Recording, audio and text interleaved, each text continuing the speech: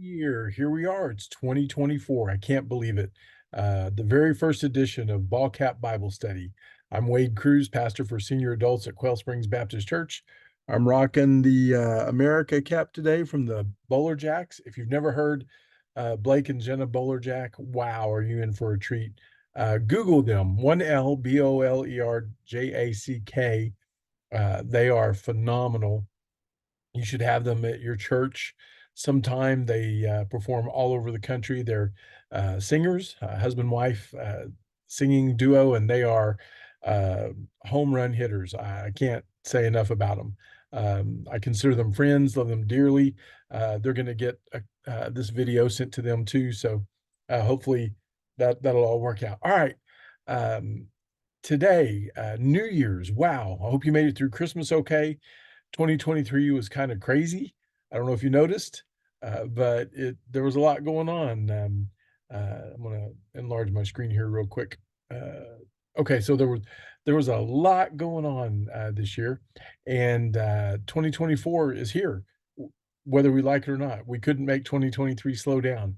So one thing, where am I? I'm in our church library because of what I'm going to talk about. Little devotion today. So libraries are supposed to be quiet, shh, that kind of thing. And so I wanted to come in here to talk about uh, the verses that we're going to go over today. There's a lot of angst. I don't know if you've noticed, but there's a lot of um, consternation and turmoil and craziness going on right now, and a lot of upheaval, politically, spiritually, emotionally, mentally. Uh, we're setting records in some areas that we don't want to set records in. Uh, Different things are not as they should be. They're not good right now.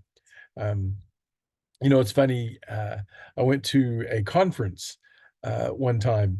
I go to a couple a year, but I was at this one, and in this breakout group, the question was, "What is the question you get asked most often as a pastor?" And it was they went around the room, and it was all the same. A lot of the same questions, like, "Do you ever get a day off?" or "Do is are we in the end times?" or "What about this verse? What does that mean?" That kind of thing. Well, they got to me and said, "Okay, what question do you hear most often?" And I said, "The question I hear most often is, 'Really? You're a pastor?'" So, it's I come from a little different angle on things, but there's a lot of um, consternation. A lot of hearts are troubled right now. And I just wanted to share with you some verses that are encouraging, that we need to remember, that we need to pull together, and we need to understand um, that it's okay. Sometimes we need to let out a big, deep sigh. Just let those shoulders fall. Just relax. Meditate on God's word. Meditation was a big deal in the 60s and 70s, but it's been around for thousands and thousands of years. Um, the challenge is, what are you meditating on? There are things we should meditate over and things we should not. So, um, one of my favorite verses in the Bible is Psalm 46:10. Many of you know it, have it memorized, but it is um, the very famous verse: "Be still and know I am God." Uh, and wow, but there's more to it than that. Obviously, that's one of my favorite translations of that verse is, "Cease your striving and know that I am God." He's God whether we're upset or not. He's he's God, um, no matter what goes on around you. External forces, weigh heavily on us, but we should have an internal peace because He is God. So be still, cease your striving. But I want to show you some. There's the rest of the story, that Paul Harvey deal. So that's just the beginning of 4610. Listen to this. Um, Psalm 46:10, it says, "Be still and know that I am God. I will be exalted among the heathen. I will be exalted on the earth. The Lord of hosts is with us."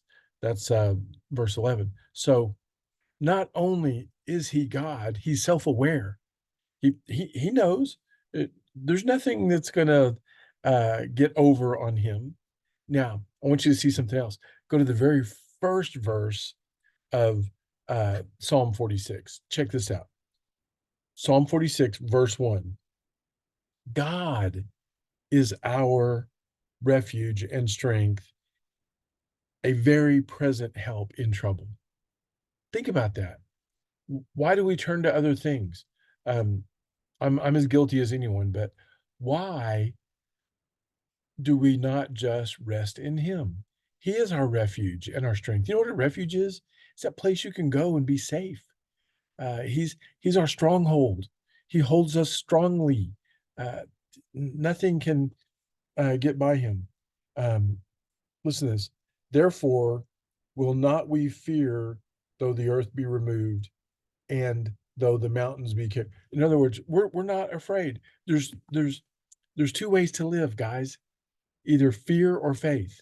Now, sometimes, we vacillate in between.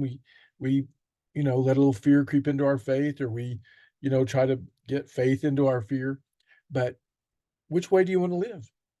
In fear or faith? Be still and know he is God. And and you know, in Matthew chapter 6, Sermon on the Mount, uh, the cure for anxiety. Seek ye first the kingdom of God and his righteousness, and all these things shall be added unto you. But the next verse, everybody knows 6:33, but they forget 6:34. Do not worry for the morrow. Sufficient for the day is the evil thereof. So don't worry about tomorrow.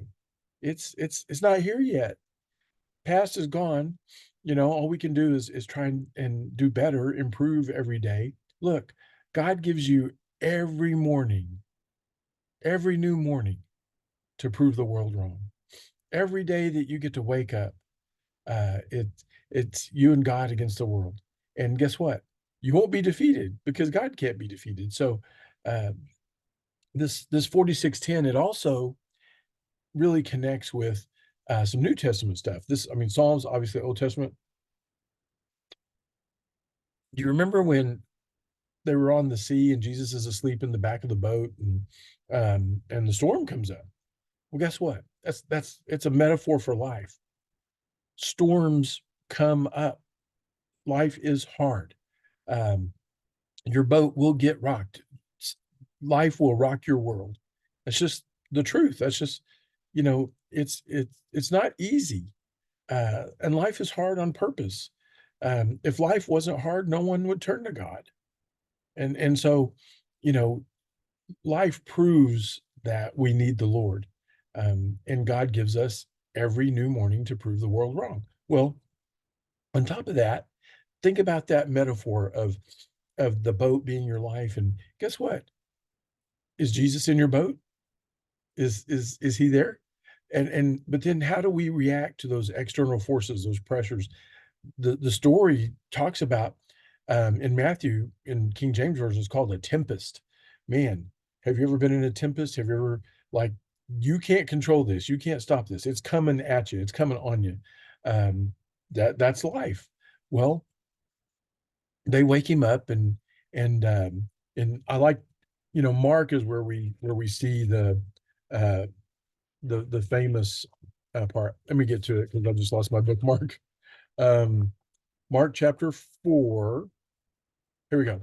All right, so Mark chapter 4, starting with verse 33. You've heard this, but and the same day when the evening was come, he said unto them, let's pass over onto the other side. In other words, let's get in the boat and cross the Sea of Galilee. And when they had sent away the multitude, they took him even as he was in the ship, and there were also with him there were other little ships. And then there arose a great storm of wind, and waves beat into the ship so that it was now full. So water's crashing over. The boat's getting full of water. I mean, they're bailing and trying to get it out. but they're afraid it's about to sink. Um, and he was in the back part of the ship, asleep on a pillow, and they woke him up and they said to him, "Master, do you not care that we're about to perish?" Uh, so in the King James Version it says, "Carest thou not that we perish?" Like, do you not see what's going on? Well, they didn't, they weren't fully aware of who he was. So he arose and he rebuked the wind and he said unto the sea, "Peace, be still." Do you see how much that sounds like Psalm 46:10? Be still and know I am God. That ocean knew, that sea of Galilee that knew he was God. Peace, be still, cool it, settle down, be still. Peace and being still go together. Look, peace is not the absence of conflict. You can't eliminate that from your life. You can't eliminate hardship and storms and that kind of thing. But peace is the way we respond to those things. You know, you can't control what happens to you, but you can control how you respond. It's more important how you respond to things than what actually happens. All right. It says, so then he says to them, "Why are ye so fearful? How is it that ye have no faith?" We know, in non-King James version, it says, "Oh, ye of little faith, why are you afraid?" Um, and then they feared exceedingly and said to one another, "What manner of man is this that even the wind and the sea obey him?" Well, we know what manner of man that is, but I also want you to see this. The Psalms were their hymn book. They were hundreds of years old by this time. They had read 46, sung 46. They knew that the Lord was their strength and their refuge, and that it said, "Peace be still," just like it's one of our favorite verses. It was a favorite verse back then. Just like, I mean, they loved the 23rd Psalms was their amazing grace. Uh, but when he said, "Peace be still," it it shot them backwards hundreds of years to Psalm 46:10. And they, wow, peace be still. That's that's kind of reserved for God. Be still and know that I am God. What manner of man is this that can even calm the sea? The old 60s folk song, "Put your hand in the hand of the man who stills the waters. Put your hand in the hand of the man who calms the sea." That's the challenge today. I know that this nation uh, has a lot of work, a lot of things we need to do to improve it and get it better. Prayer is one of the main things. But here's the challenge: know He is God. Be still, be at peace. Don't live in fear, live in faith. All right. Love you guys. See you later. Bye.